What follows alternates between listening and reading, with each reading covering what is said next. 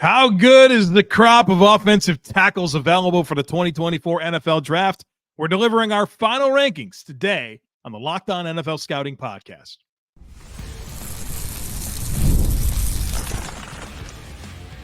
You are Locked On NFL Scouting with the Draft Dudes, your daily podcast for NFL and college football scouting. Part of the Locked On Podcast Network, your team every day. What's better than this? It's guys being dudes here on the Locked On NFL Scouting Podcast. We're the Draft Dudes. I'm Joe Marino from Locked On Bills. He's Kyle Crabbs from Locked On Dolphins. And we are your NFL experts here with you daily to talk team building across the league on the Locked On NFL Scouting Podcast with the Draft Dudes, part of the Locked On Podcast Network, your team every day. Want to issue a big thank you, shout out, and welcome to our everydayers. Those of you who make Locked On NFL Scouting your first listen every day, we appreciate y'all being here very, very much. Today's episode is brought to you by FanDuel. Make every moment more. Right now, new customers can get $150 in bonus bets guaranteed. That's $150, win or lose. Just visit FanDuel.com/lockedon to get started. Joe, you'll have to excuse me. I'm probably running mocks on ESPN the entire show today. So it's your new spot, huh? It's every draft cycle you kind of go through and you get a feel for what you think of the class and how you think the simulators kind of reflect that. And it was a little different experience for us when we were like hands-on with running one, and we're obviously not anymore. So ESPN, I wish they would have theirs up for more than 3 weeks. Like, it would probably be a lot more of an asset if you didn't just drop it at the beginning of April and you're like, oh, okay, it's draft month. Here you go, guys. And when it first dropped, I ran one, and it was like Jaden Daniels was falling to like the 5th round. And it's like, no, I don't think we're going to do any mocks on this. Well, they ironed out the details, apparently. And I really like how it flows with what I think this year's first round is actually going to look like. Well, I'll have to spend some time on it this week. It's nice to have the opportunity to be open-minded about the mock draft simulators that are out there. Right. And it's also nice to not have to be involved with the programming of them, because the pain in the butt, bro. And I know you ate most of that. you did, but man, oh man, it's a lot. It's a lot. Speaking of a lot, there's a lot of very good offensive tackles available for the 2024 NFL Draft, and I'm excited to work through these with you, because when we've worked through the other position groups, we have already done some of the like big conversations on the top prospects, and we really haven't done that with the offensive tackles. And I had fun. I had fun this weekend, kind of just tying up the loose ends with these players. I had a couple of the top names still to get to, but I'm ready to talk about them here today. And it's a good group. Definitely good group. What's it like to have your entire offensive line play like 100% of the snaps? Big time recommend that. Anytime you can do that, I fully recommend it. Not sure I love the idea of having it and then, disrupting it by choice after the season, but it's good to have the continuity. I think I read the most frequently used combination of 5 offensive linemen for my football team this past year played 19% of the snaps on the season together. Yeah. There were like 13 different starting combinations on any given week. Well, here's to better health. We'll see. We'll see how it goes. I guarantee we have a consensus top guy. I know if you say that, then I agree, because I've already gone to bat for why I think Joe Alt is potentially the best player in this year's class, period, let alone offensive tackle. Yeah, I think he's the best offensive tackle. And you and I have loosely discussed him. I find myself very thankful that I didn't really watch any of his tape prior to this year. So the only thing on my mind was this version of Joe Alt. And I remember I did him in December, and it is obvious to me this guy's unbelievable. I mean, what doesn't he have? Size, athleticism, physicality. I love the control. I love the body, like just the way that he's able to just stay under control at all times and never extend himself. He just trusts his technique, man. He knows what he's doing. And I think this is the type of any draft top 5 type pick caliber offensive tackle prospect. Yeah, obviously the family bloodlines make you feel even better about it, right? With his dad being a first round pick back in the day. He was like a 10-year starter in the league. But for Joe, I think there's a level of dominance that I think could correlate to just about any scheme you want to run. If you want to run gap, you run a one inside zone. You want to run outside zone. You want to run drop back passing, 5-7 step drops. Have your offensive line play with time under tension. Like I think there's a level of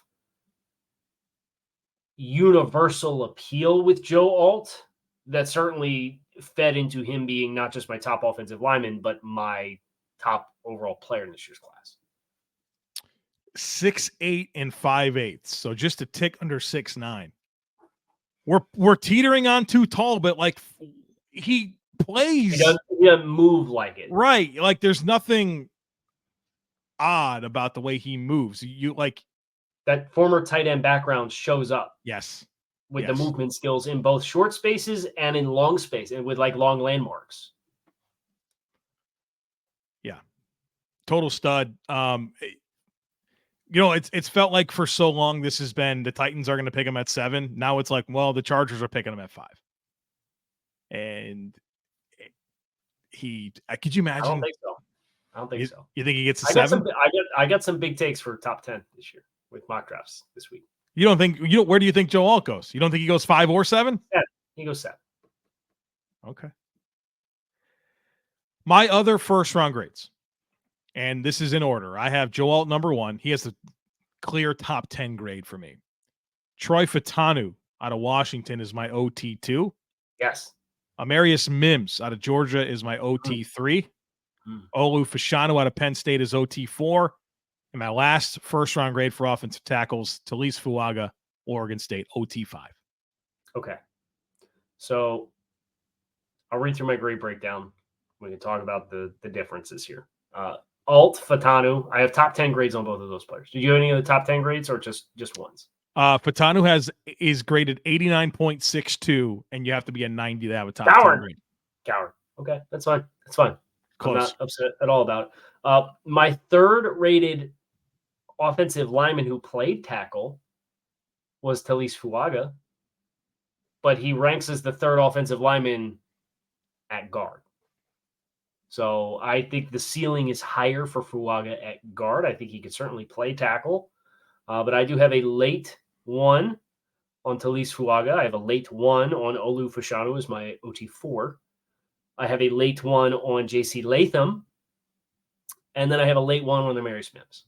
So I have 6. I have Latham in, and I assume he's your first out. Yeah, he's number 6 for me. 84.05 is the grade. The cutoff for a first-round grade is an 85. Yeah, okay. So here's the thing. We're right up against it, and there's a million things I want to get into. Coming up, I want to talk about Troy Fautanu and why some people might think he's a guard. I want to talk about Amarius Mims. Holy crap. I want to talk about your thoughts on Fuaga getting to guard, and then maybe some of the hype and appeal with Latham. Stick with us. We got a lot to get to. We'll be right back. It's playoff time in the NBA and NHL. Baseball's in full swing, and FanDuel is your place to bet on every game. Right now, new customers can get $150 in bonus bets. Guaranteed it's $150, win or lose. You can bet on everything from slap shots to home runs to slam dunks, all on an app that is safe, secure, and super easy to use. So what are you waiting for? Visit FanDuel.com/lockedon and make your first bet an automatic win. FanDuel, America's #1 sportsbook. I've been told I'm a competitive person. I know Kyle Crabbs is super competitive. We all have a competitive side. And my competitive side is a big fan of Monopoly Go. I'm sure you've heard of it. It's been downloaded over 150 million times. It's a great twist on Monopoly where you play on not one, but hundreds of Monopoly boards in crazy locations, building up amazing cities that bring you big money. But the best part is messing with my friends. I can charge them rent on my iconic properties, just like classic Monopoly, but now I can also rob their vaults of riches for myself, and the leaderboards show me who the biggest Monopoly tycoon is. But it's not just my competitive side that loves it. You can team up with friends and people all around the world in timed tournaments to earn huge rewards. So get in the game and join your friends. Download Monopoly Go now for free on the App Store or Google Play. Just traded from 21 to 27 in the ESPN mod. Oh God. Well, got it. It's got right in front of the Bills, huh? Right in front of them. Yeah, right in front. So yeah, should I just take Amarius Mims because he's on the board here, brother? 27. Okay. Amarius Mims. You want to? Okay, so let's do Amarius Mims because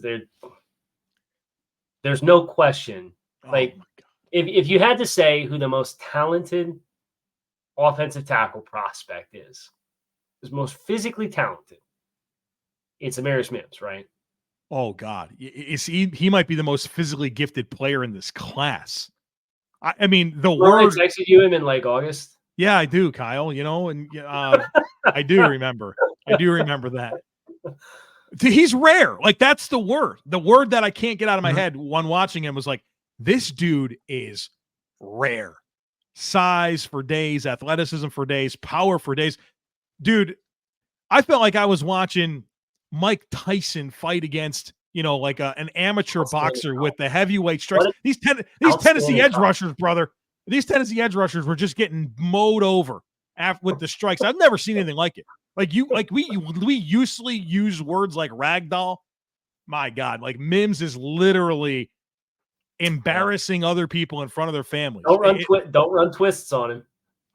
Don't run twists and try and pick him. You're done. You're done. I've never seen anything like it. As soon as that edge rusher takes that head and looks inside, good night. He slams that door shut and he comes down. He comes down hard. And guys are always thinking they're going to be the guy that ear holes him because he's not expecting it. And every single time, he just lays you out.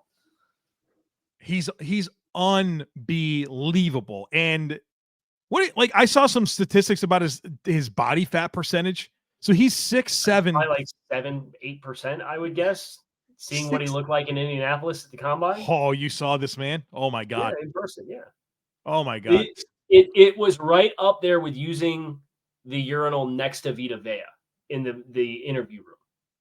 Because behind the podiums they have the bathrooms, but they're kind of like you can't see them because they got the scaffolding up for all the podiums or whatever. I went back there to use the bathroom, and I'm going to the bathroom, and Vita Vea comes in and uses the stall next to me, and like the awe of just. This is a real-life human being that is built like this. This is incredible. Like, Amarius Mims is built like Adonis. 36 and an eighth inch arms, 11 and a quarter inch hands, 6'7", 340. It's 17% body fat, which is incredible for 340 pounds. Okay, so it's obvious. And how good he is obvious. And how rare he is obvious. Well, he started 8 games. He started 8 games. A variety of, he had the ankle injury this past year. Yeah, and then had the tightrope procedure for the high ankle sprain. But even last year, like he started the college football playoff games last year because it was Warren McClendon was the starter. Upgrade.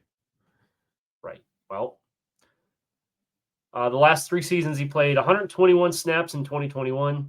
He played 383 snaps in 2022, and he played 297 snaps in 2023.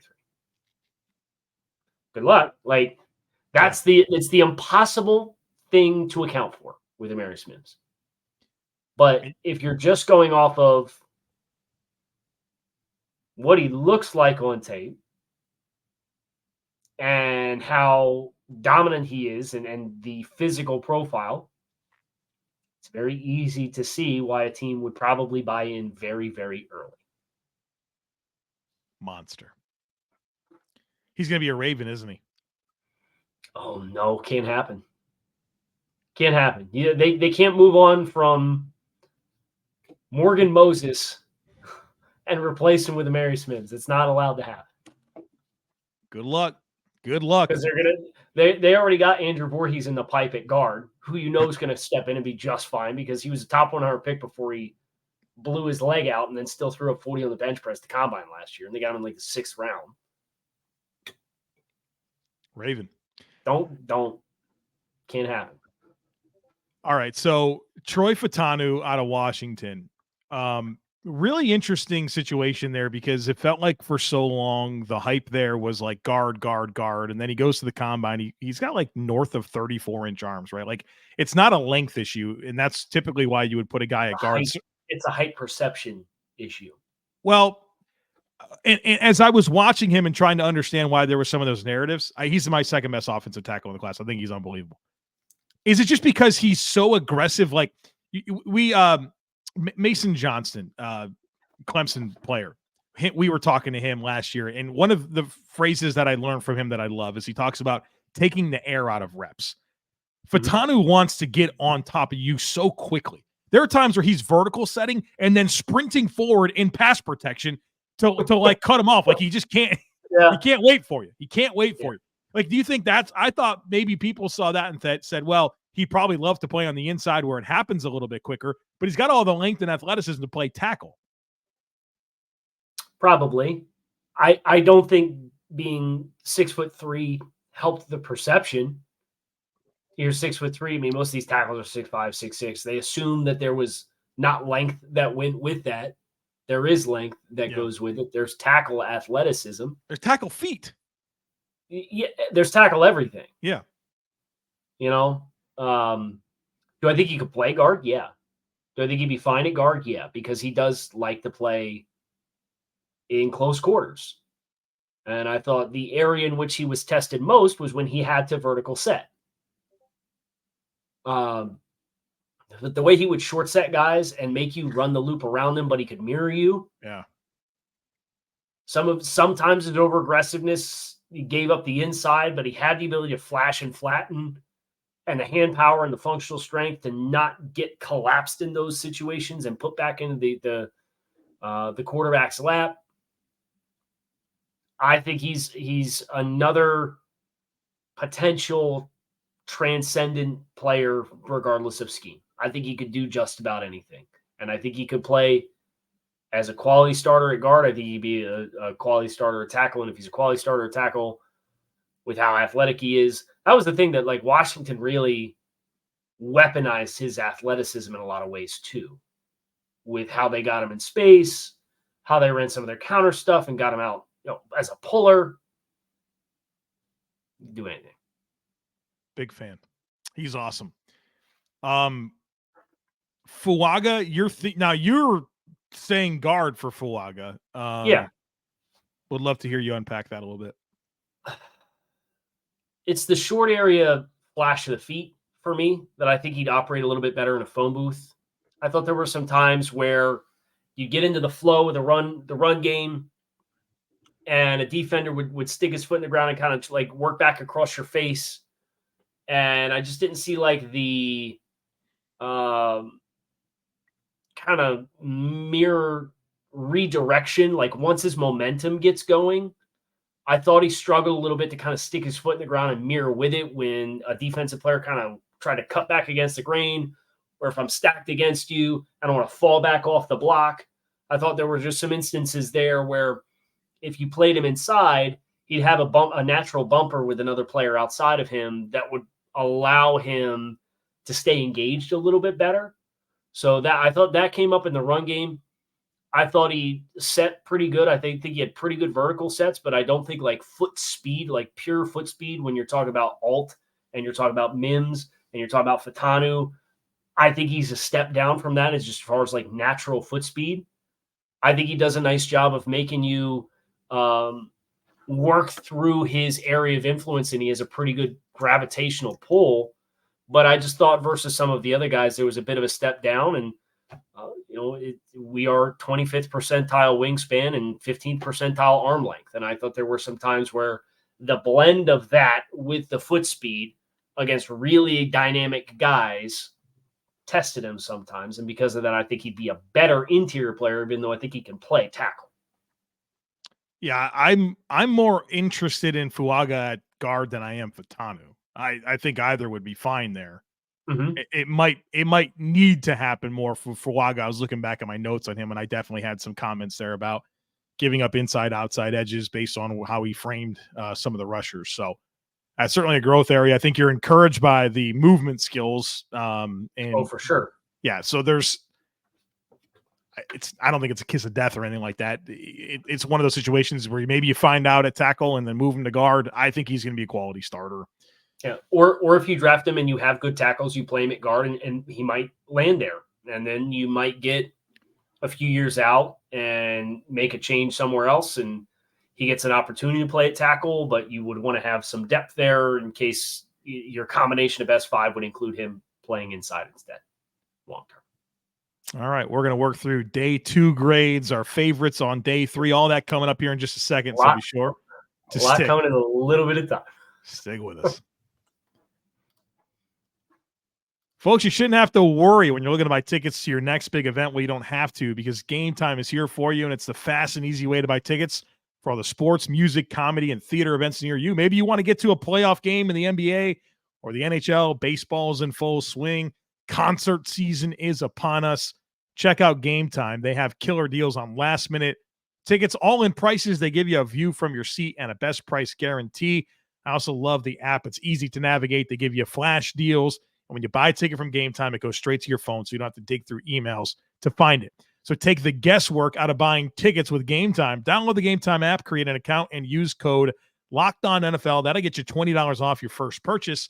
Terms apply. Again, create an account and redeem code LOCKEDONNFL. That's LOCKEDON NFL for $20 off. Download Game Time today. Last-minute tickets, lowest price guaranteed. Joe, this is a disaster. Me, Icarus, flying too close to the sun. I traded down too far in this ESPN simulation, and I don't like any of the players that are available to pick. Oh, very, very questionable choice. I went to 30. I went to 30, 39. So you traded back twice. You didn't even pick a 27. Yeah. Okay. Yeah.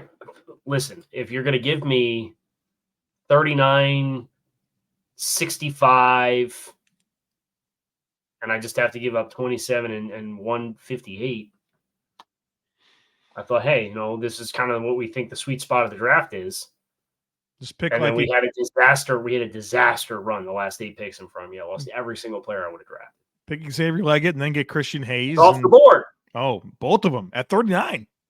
Yeah, Leggett went up to 36 to Washington. Wow. And who was the other name that you said? Christian Hayes. Miami Dolphin through and through. I could take Christian Hayes here at 39. It's probably going to have to be the pick, but be all right. That's the thing is that's why I like the ESPN one is I think the way that it comes off, I don't get on the board and any given pick. I'm like, oh, it's so-and-so. Run the card in. Like, right. I feel that too often with some of the other ones. Or you just have to not pick a player because it's kind of the wrong thing to do because they're not going to be there. Yeah, I hear you. Be like, oh, I don't want to pick Byron Murphy at 28 because he's not going to be there at 28. I digress. Day 2 offensive tackle grades for me. I have J.C. Latham, Alabama, Tyler Guyton, Oklahoma. Those are my 2 second-round grades. Then I get to the 3rd round, and I get Kingsley Suamatai out of BYU, Brandon Coleman out of TCU, a 3rd-round grade. Coleman! I like Brandon Coleman. A tackle!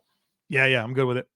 Oh, wow. Patrick Paul, Houston in the 3rd round, and then Roger Rosengarten, Washington out of that's a 3rd-round grade for me as well. Okay. So I had Alt, Fautanu, Fuaga, Fashanu, Latham, Mims were my ones. Okay. I have Tyler Guyton with a 2. Did you grade Jordan Morgan inside? Yeah, he's the guard for me. Okay.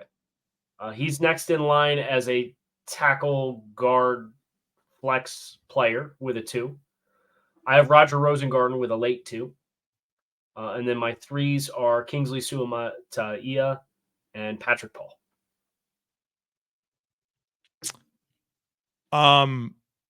Rosengarten just feels like Andrew Wiley 2.0 for me. Yeah. I think he's maybe a little better athlete than Right. Wiley. Were you a little surprised by that testing? Yes. I was too. If you would have asked me to pick a word to describe Rosengarten and his film, I would have said smooth.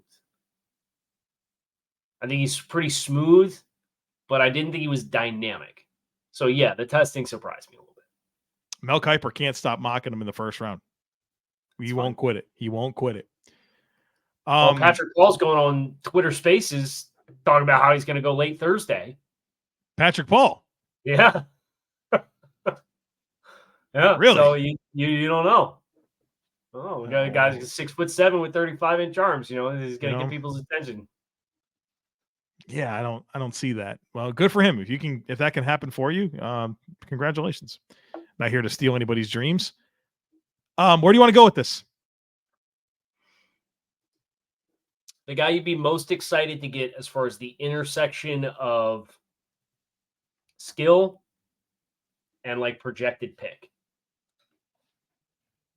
Like, would you rather get Tyler Guyton at 35 or would you rather get Suamatai at 60?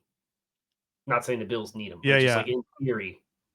I'd rather get Suamatai. Guyton was a guy that I liked but didn't love. I wanted to like him more. I really did. So I get more excited about a guy like Kingsley from BYU. I've already said his name twice. I'm playing with fire. He's Kingsley. Yeah. Kingsley out of BYU. I just feel like there's so much ceiling there. Not that there isn't with Guyton, but Kingsley's 21 years old, 2-year starter, plenty of size and athleticism. I thought my issues with him were just like a little bit of bend and playing under control, but like I feel like that value to me feels a little bit better than Tyler Guyton, who I just wanted him to be a little bit more dominant. Can I be honest? I think I'd rather swing the bat on some of these early day 3 guys, given some of the value that's available at other spots in the draft. Now, maybe they get overdrafted. Like Blake tackles Fisher typically do. Yeah. Yeah, like Blake Fisher from Notre Dame. I liked quite a bit. But I have a 4th-round grade on him. I have a 4th-round grade on Kiran Amegadjie from Yale, who tremendous upside. Yep. The biggest what if or mystery of the group, just because he had a season-ending injury at Yale. Now, he bodied the heck out of some dudes at Yale. Just would have loved to have seen him at the Senior Bowl. Yeah, have a chance to perform against the top level edges to get a better feel for how NFL ready he is. But he's a super toolsy guy. I have Brandon Coleman as a day 3 guy, but I have him as a day 3 guy at guard.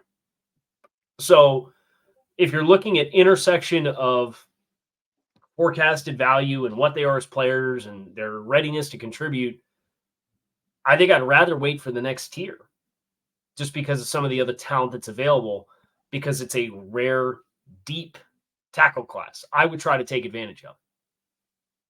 I like how you asked me, you gave me a very specific set of criteria, and then you were like, oh, the better option is the one I didn't give you. I would probably say I would probably draft the criteria I gave you. I'd probably draft Guyton. This is what I will say, though. I feel like it is a deep tackle class, but that's not preventing me from taking one of these top guys. Oh, I think the top couple guys are special guys. Yeah. So yeah, it's not a like wait. Like I'm not gonna, if I want to tackle, I'm not gonna miss out on a chance to get one of those top guys because it's a special and deep offensive tackle class. But the guys at the beginning, you feel like could step in and be quality starters very quickly. And that's not always the case with toolsy first-round offensive tackles. You know what's also interesting about this offensive tackle class, and we've worked through other position groups, and you kind of notice a trend of like older prospects, a lot of 23-year-olds, going to be 24 as a rookie. Mm-hmm. These guys, that's not true with these guys. Alt's 21, Fashanu is 21, Latham's 21, Mims is 21, Guyton's 21, Kingsley's 21. You know what I mean? Blake Fisher's 21, Rosengarten's 21. Taliese Fuaga is the old one here at 22.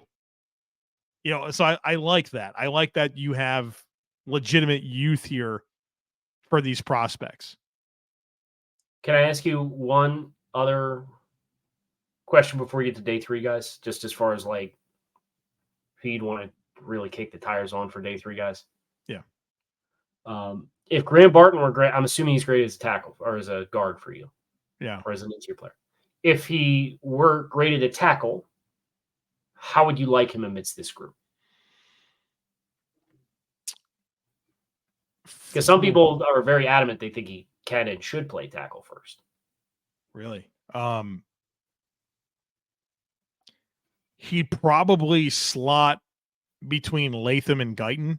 So I have Latham as a high 2. I have Guyton as a mid 2. I probably put Graham Barton right there in between them. Okay. So OT 7 for me. He would be between Mims and Guyton for me at tackle, which would be OT 7 for me as well. Okay. So similar valuation. Same page there, yeah. Do you have a particular thought there? I mean, I definitely like him on the inside more. Me too. I thought this year paralleled last year for Skoronski for him, where the year before, I thought the year before they got drafted was the better tape versus the year that they got drafted. And Skoronski still parlayed that into a top 12 pick. So, I expect Barton to be a top 25 pick for sure. But I think with how good the tackle class is, I think that drives his value down a little bit. But obviously, he has a lot of good tape at Duke. I just thought amidst all of these long, dynamic athletes, right? And I thought he was another one who tested a little bit better at his pro day than I think what his functional athleticism shows on tape, or at least did this past year. And I think one of the encouraging things with Graham Barton is he has played center. He has 5 career starts at center. So it's not like this foreign idea. Like sometimes you play all 5 spots. Yeah. This has happened. Yeah. Yeah. Day 3 guys you like. I only have 3. I did 14 tackles. 3 of them got day 3 grades. Blake Fisher and Kiran Amegadjie out of Yale, 4th round grades, and then Javon Foster out of Missouri is a 5 for me. Okay. I gave Foster a 5 as well. I also gave 5s to Caden Wallace from Penn State, the right tackle, Delmar Glaze from Maryland, and Christian Jones from Texas. And then Matt Goncalves from Pitt.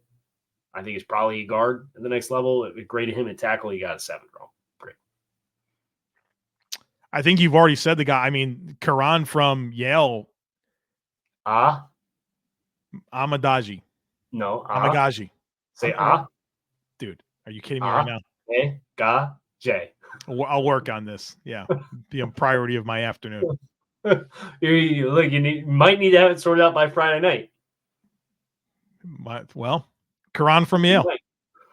Tackle. 36-inch arms. That's what I'll call him. I don't want to disrespect him, 36s? Just call them 36s. Right. All right. That's offensive tackles. That's in the books. Joe, what we got the rest of the week? Tomorrow is our predictive top 100. And then let's off air on that. Yeah, and then we have final predictive mock drafts. Is there anything we're doing Wednesday during the day? Because I think my predictive mock might run a little later in the day on Wednesday. I might try to do mine earlier in the day because I'm going to have so much fatigue with it. I'll just get it done. Very good. Okay, then we'll plan on mine will run later. Joe will run it earlier, and that'll hold you over until we're doing a live stream on Thursday night. And you can find it on the YouTube channel. I think it's going to be on Bills, Dolphins, and NFL Scouting. Yeah. So anywhere you listen to us or watch us, you can find it. But it'll be live on Thursday. But it'll be live on Friday as well. And then we got to figure out what we're doing on Saturday. That is going to do it for us here. You can find us on YouTube or wherever you listen to your podcast. Make it a great rest of your day. We are out of here.